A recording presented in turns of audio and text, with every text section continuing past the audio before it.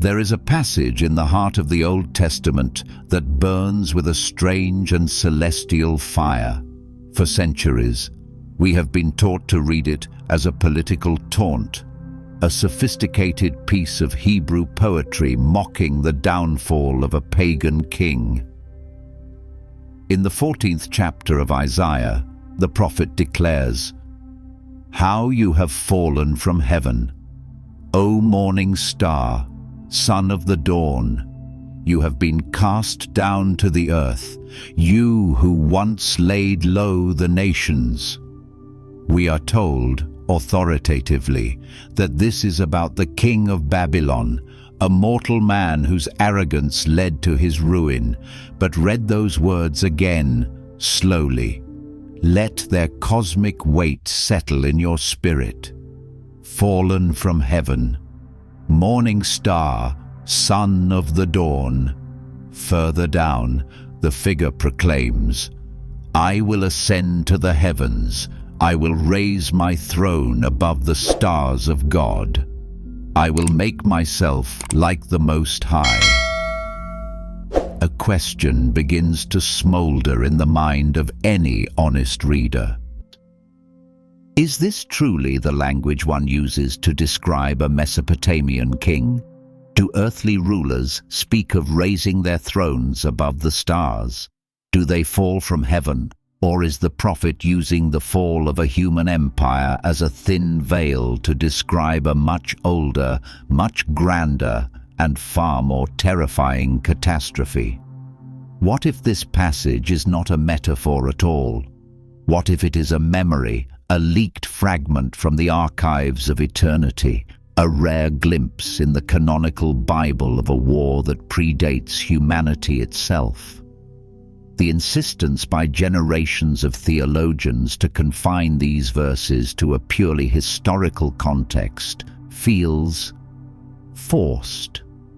It feels like an attempt to domesticate a wild and dangerous truth. It's like discovering a fragment of a meteorite, glowing with otherworldly radiation, and insisting that it's just an interesting-looking rock from a nearby quarry.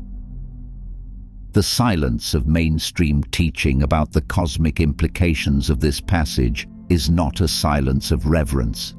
It is the silence of containment, a truth so explosive that it had to be locked down, neutralized with a safe historical explanation. Tonight, we will break that containment. We will treat Isaiah 14 not as the end of a king's story, but as the beginning of a much larger one. To understand the true cosmic scale of Isaiah's vision, we must look beyond the approved pages of the 66-book canon. The prophet gives us a single, brilliant flash of lightning, illuminating a catastrophic fall from heaven. But to see the full battle that led to that fall, we must summon the witnesses who were exiled from the courtroom of history long ago. We must unseal the testimony of the Book of Enoch and the Book of Jubilees. These are not obscure texts. They are the missing intelligence reports from the front lines of a primordial war. While Isaiah gives us the final stunning headline, "Morning Star Falls from Heaven," these books provide the full, unabridged account of the conflict. They don't just speak poetically about a fall, they narrate the rebellion in painstaking detail. They name the generals, describe the motives, and chronicle the devastating consequences of a civil war that fractured the heavenly realm before Adam ever took his first breath. The Book of Enoch, a text quoted by the Apostle Jude and revered by the Essenes at Qumran, speaks of a powerful class of angels, the Watchers, led by figures like Samjaza and Azazel. It details their arrogant descent, their forbidden pact, and their desire to seize the knowledge and authority that belong to God alone. The Book of Jubilees corroborates this account.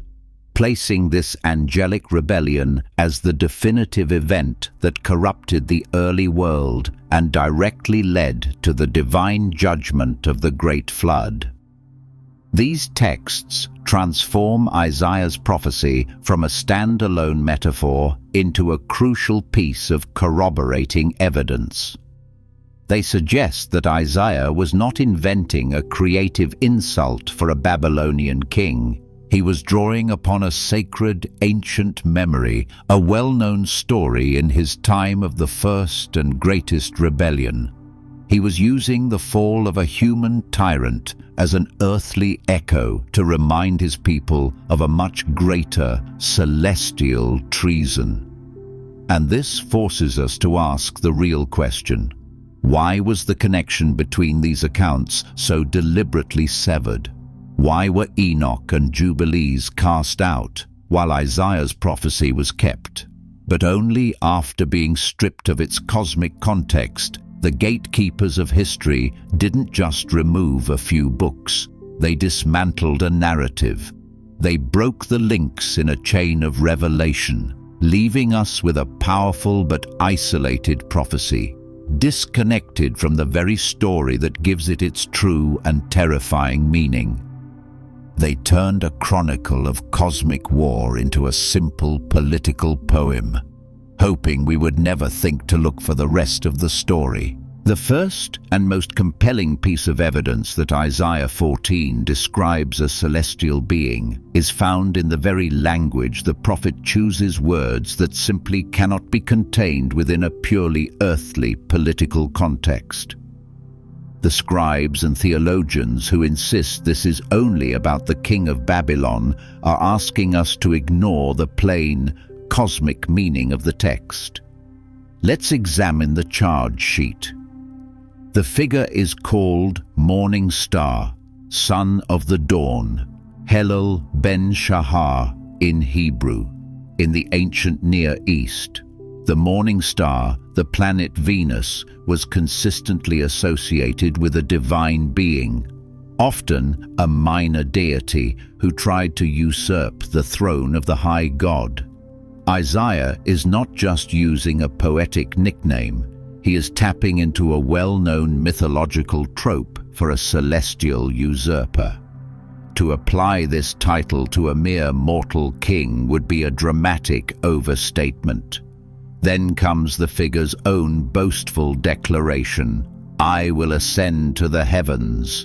I will raise my throne above the stars of God." A Babylonian king, no matter how arrogant, ruled from a throne on earth. His power, while vast, was terrestrial. The ambition described here is explicitly celestial. It is the desire to rule not just over nations, but over the heavenly host, the stars of God, a common biblical term for angelic beings.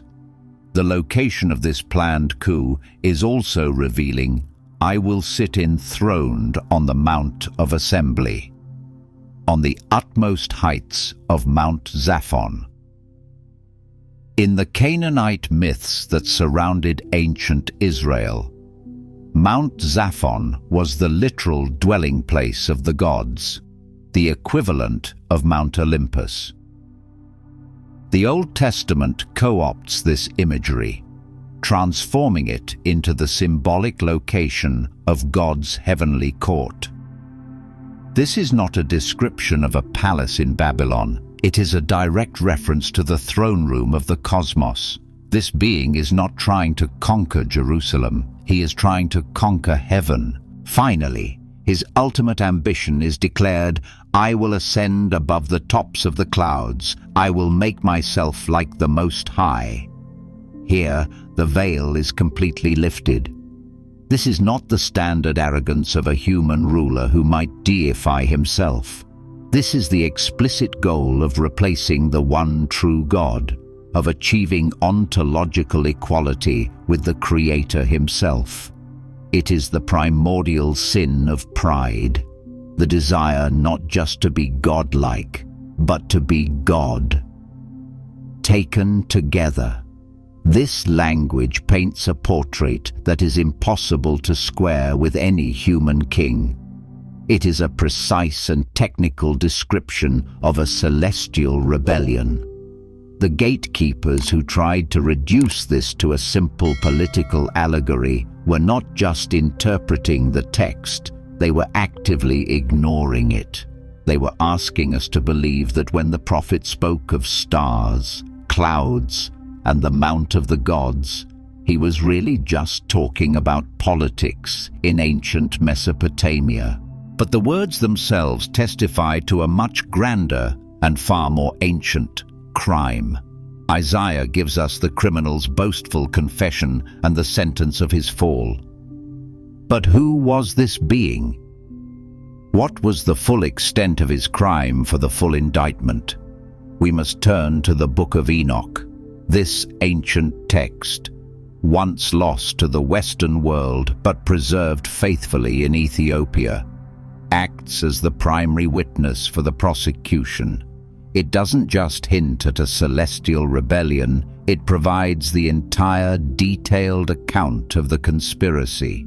Enoch tells of a high order of angels known as the Watchers, beings who were given a sacred trust to oversee humanity. But from their lofty station, they looked down and were consumed not by divine love, but by earthly lust. The book names their leader, a powerful angel named Samjaza, who becomes the central figure in this primordial treason. He was not a lone actor.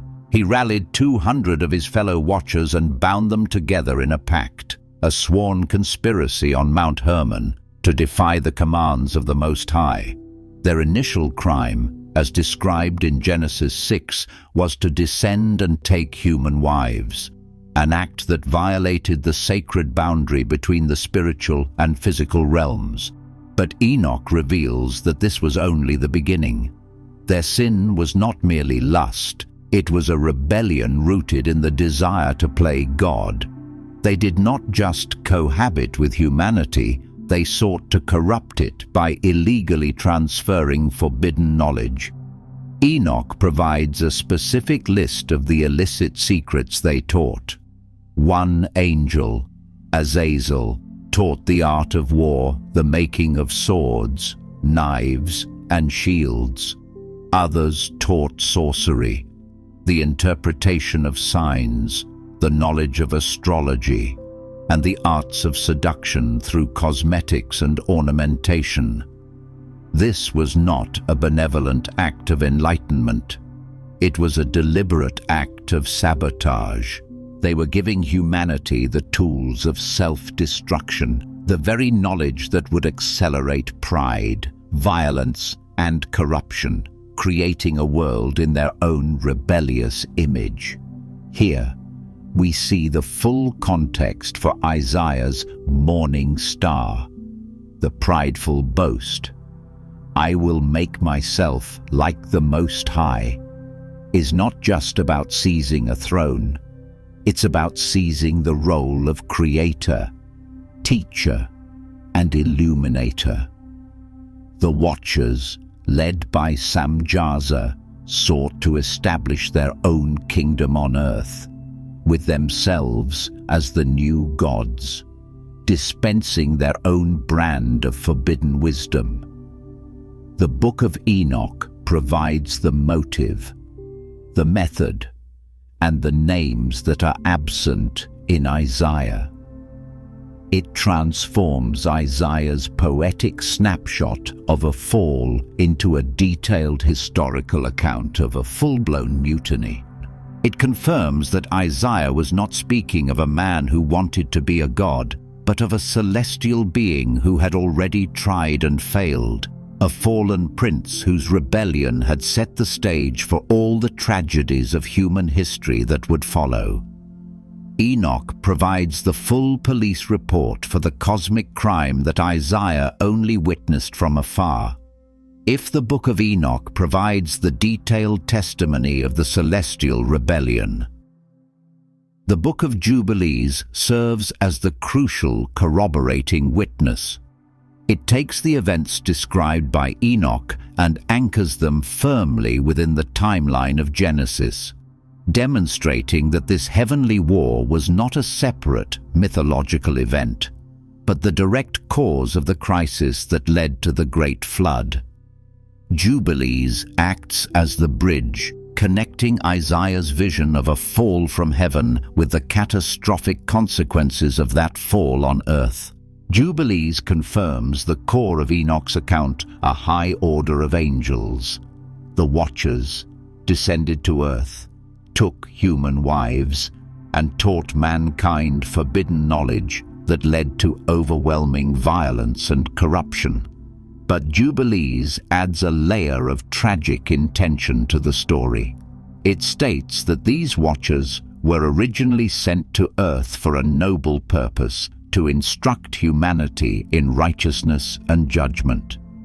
Their fall was not just an act of lust, it was a betrayal of their sacred, divine mission. They were guardians who became corruptors, shepherds who became wolves. More importantly, Jubilees makes the connection to Genesis 6 explicit and undeniable. It frames the Great Flood not merely as a response to human sin, but as a direct and necessary act of divine judgment against the Watchers and their monstrous offspring, the Nephilim. The world had to be cleansed not just of human wickedness, but of a supernatural, genetic, and spiritual contamination that threatened to consume all of creation. By doing this, Jubilees reinforces the cosmic scale of Isaiah's prophecy. The fall of the morning star was not a distant, abstract event with no earthly impact. It was the inciting incident, the first domino to fall in a chain reaction that led to the near-total destruction of the first world. The prideful boast, "I will ascend to the heavens," and the subsequent fall were not the end of the story. They were the beginning of a war that immediately spilled over onto a new battlefield, the planet Earth. Jubilees, therefore, acts as the final piece of the puzzle, locking Enoch's testimony and Isaiah's vision together. It shows us that a celestial rebellion occurred, led by a high-ranking angel, Isaiah. This rebellion involved a conspiracy of angels who descended to corrupt humanity, Enoch. The consequence of this rebellion was the contamination of the world and the divine judgment of the flood, Jubilees, and Genesis. With these three witnesses, Isaiah, Enoch, and Jubilees testifying in harmony, the attempt to limit Isaiah 14 to a mere political allegory collapses. The evidence becomes overwhelming. The prophet was not just talking about a king, he was recording a memory of the first and greatest of all wars.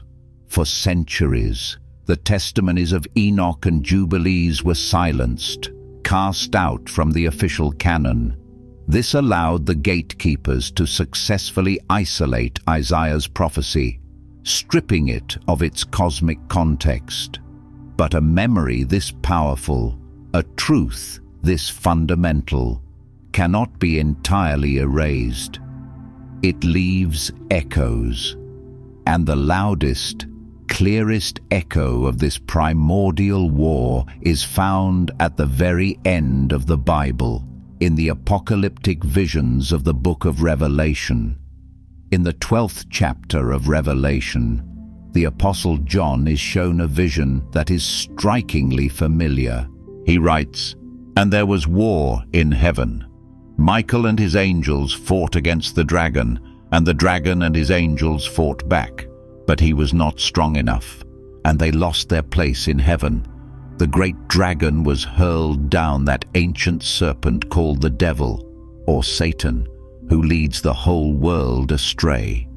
He was hurled to the earth, and his angels with him." Let us be clear, John, writing centuries after Isaiah, is describing the exact same event. The details are different. The players are named more explicitly, but the core narrative is identical: a rebellion in the celestial realm, a powerful being who loses his place, and a catastrophic fall from heaven to earth. John is not inventing a new story. He is tapping into the same ancient, sacred memory that Isaiah and Enoch recorded. He gives the morning star of Isaiah another name: the great dragon, that ancient serpent, the devil, Satan. He confirms that this was not a solitary fall, but that the lead rebel had an army of his angels who were cast out with him. This corroborates Enoch's account of a conspiracy of many angels, not just one. The vision in Revelation acts as a canonical bookend to the prophecy in Isaiah. Isaiah gives us the boastful monologue of the rebel before his fall. John gives us the wide-angle shot of the battle itself and its aftermath. Together, they form a consistent and terrifying picture of a pre-Adamic war that set the stage for all of human history. This makes the attempt to neutralize Isaiah 14 even more untenable. To say that Isaiah was only talking about the king of Babylon, one must also argue that John, in Revelation, was also just using a complex metaphor for a long-dead Mesopotamian king. The argument becomes absurd. The far more logical and textually honest conclusion is that both prophets, separated by centuries, were granted a vision into the same foundational event in the history of the cosmos. Revelation, therefore, is the final, unimpeachable witness. It is the canonical key that unlocks the true, cosmic meaning of Isaiah's forbidden vision. It proves that the memory of the war in heaven was never truly lost. It was merely waiting at the end of the book for a generation willing to connect the beginning to the end. With the testimonies of Isaiah, Enoch, Jubilees, and John all echoing the same cataclysmic event, the evidence for a primordial war in heaven becomes overwhelming. The question, then, is no longer whether it happened, but why it was so systematically downplayed, contextualized, and ultimately hidden by the very traditions meant to preserve sacred history. Who were these gatekeepers, and what was their motive for taming such a wild and foundational truth? The culprits, once again, were not malicious conspirators, but theologians and scribes acting as cosmic tamers. Their primary challenge, especially in the post-exilic period and the early centuries of the Church, was to defend and establish a strict, uncompromising monotheism against the polytheistic chaos of the surrounding cultures. In a world filled with pantheons of warring gods, petty deities, and cosmic battles, the singular, omnipotent, and unchallenged sovereignty of Yahweh was a radical and essential doctrine, and the story of a full-blown civil war in heaven, with powerful angelic beings rebelling against the throne of God, felt dangerously close to the pagan myths they were fighting against. It presented a picture of a heavenly realm that was not perfectly serene, a divine government that could be challenged from within. To the cosmic tamers, this narrative seemed to introduce a crack in the doctrine of God's absolute power. It risked making God look like just another sky god, like Zeus fighting the Titans, a king who had to struggle to maintain his throne. To protect the radical uniqueness of their monotheistic faith, they made a strategic, theological choice. They would not deny the existence of these stories. They were too embedded in their tradition. Instead, they would domesticate them. They would reinterpret them. minimize their cosmic scope, and anchor them firmly in human history. And so, Isaiah's magnificent and terrifying vision of the morning star's fall was carefully repackaged. It was no longer a chronicle of the first and greatest of all rebellions. It became a clever political metaphor, a safe and contained poetic device used to mock a long-dead human king. By doing this, they neutralized its disruptive power. They kept the beautiful language of the prophet, but stripped it of its terrifying cosmic implications. Their motive was born of a sincere, if misguided, desire to protect the image of God. They feared that a story of celestial conflict would confuse the faithful and give ammunition to their pagan critics.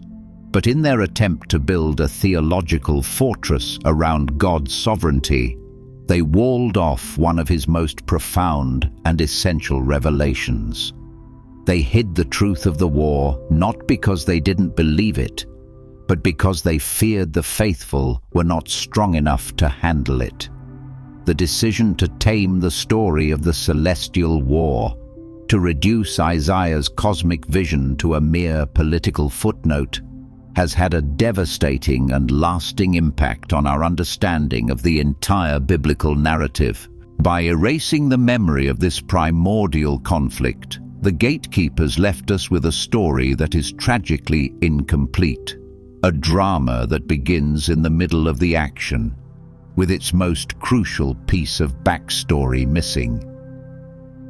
The most significant legacy of this omission is a profound misunderstanding of the origin and nature of evil. By downplaying the pre-Adamic rebellion, the narrative effectively places the entire weight of sin's entry into the world upon the shoulders of Adam and Eve. Their choice in the garden becomes the singular, foundational act of rebellion. But this creates a perplexing problem. Where did the serpent come from? Who was this malevolent, cunning being who suddenly appears in a perfect creation with a fully formed agenda of rebellion against God? The canonical text offers no clear origin story for him. He simply is. This has led to centuries of theological gymnastics, trying to explain the existence of a tempter in a world with no previously recorded sin. But when we restore the memory of the war in heaven, the puzzle pieces snap into place. The serpent is no longer a random anomaly. He is a refugee from a lost war, a fallen prince, a defeated rebel general cast down from heaven, seeking to open a new front in his ongoing war against the Most High. The Garden of Eden is not the origin point of evil. It is the first beachhead established by an already defeated enemy on a new, unspoiled world. This changes everything. It means that Adam and Eve did not invent rebellion. They were recruited into one that was already in progress. It recasts the entire human story not as a simple tragedy of a failed test, but as the story of a young and naive race being drawn into the middle of an ancient cosmic civil war. By forgetting this war, we have lost the context for our own struggle. We fail to see the larger, invisible conflict that rages behind the scenes of human history. We underestimate the intelligence, the malice, and the ancient hatred of the enemy we face. We have been taught that we are fighting a battle, when in reality we are living in a war zone. The cosmic tamers, in their effort to protect a simple theology, left us strategically disarmed, unaware of the true scale and origin of the conflict that defines our very existence. They gave us a story about a garden, but they hid from us the story of the battlefield that surrounds it. For centuries, we have read Isaiah 14 through the safe, narrow lens provided by the cosmic tamers, We have seen a king, a poem, a political metaphor. We have walked through the Garden of Eden, believing it to be the quiet, pristine origin of our story. But the exiled witnesses have returned. The testimonies of Enoch, Jubilees, and John have been unsealed, and their voices rise in unison to declare a larger, more terrifying truth. The evidence is now before you. The choice is no longer in the hands of the ancient editors. The power to decide how to read this foundational story has been returned to this generation. You have been shown the cosmic language of Isaiah's prophecy. You have heard the detailed account of the angelic rebellion. You have seen the echoes of that war reverberating through the entire Bible, from Genesis to Revelation. And so you stand at a crossroads of understanding. You can choose to remain in the safe, contained world of the edited narrative. You can continue to see Isaiah 14 as a clever piece of political poetry and the serpent in the garden as an unexplained mystery. This is the path of tradition, the comfortable interpretation that asks little of you. Or you can choose to see the full battlefield. You can choose to accept the converging testimony of the prophets and the ancient scrolls. You can choose to read the Bible not as a series of disconnected stories, but as the unfolding chronicle of a single, ancient, and ongoing cosmic war. This is a choice to embrace a more complex, more dangerous, but ultimately more coherent and powerful vision of reality. This is the moment where you reclaim your place in the story. You are not just a descendant of a failed gardener. You are a child born into a war zone, a soldier in a conflict that began before time.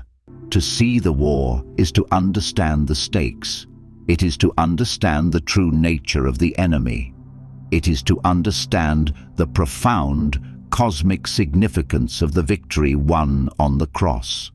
The gatekeepers offered you a simplified map to protect you. Now, you have the opportunity to see the full, unedited satellite imagery of the entire conflict. The choice is yours. Will you stay in the garden, or will you acknowledge the war that rages just beyond its walls, the revelation of the war in heaven, as witnessed by Isaiah and chronicled by the ancient scribes, is not just a piece of forgotten lore. It is an invitation to a larger and more meaningful reality. It is a call to lift our eyes from the soil of our personal struggles and to see the vast celestial conflict that frames our existence. To understand this war is to understand our purpose. The Bible is not simply a guidebook for moral living.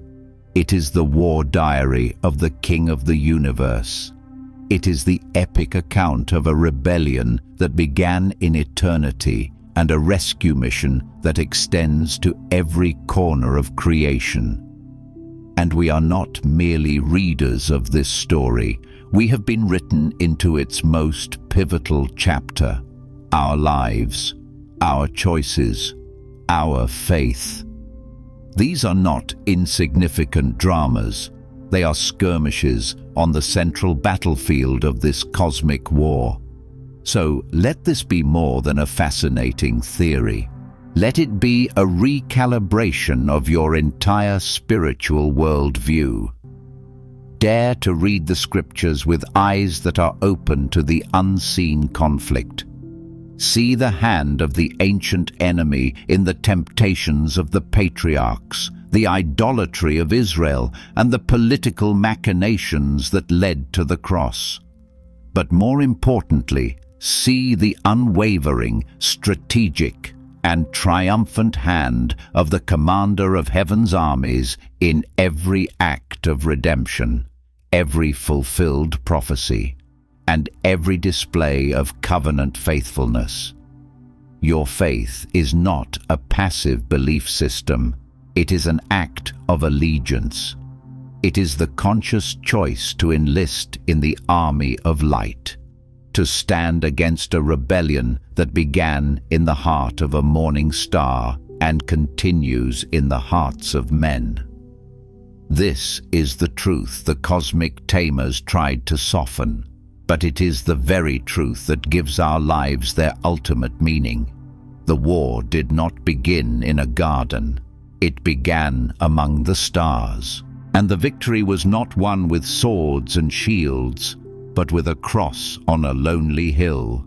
Welcome to the full, unedited story of the first and final rebellion.